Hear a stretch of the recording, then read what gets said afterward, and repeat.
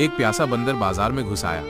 उसकी नजर एक मछली की टोकरी पर पड़ी और उसने झट से एक बड़ी मछली उठाई और भागने लगा। मछली वाले ने यह देखा तो चिल्लाया, अबे, बंदर मछली ले गया। उसने तुरंत एक डंडा उठाया और बंदर के पीछे दौड़ पड़ा। बंदर ने शर्ट पैंट पहन रखी थी, लेकिन उसके कपड़े पुराने और फटे हुए थे।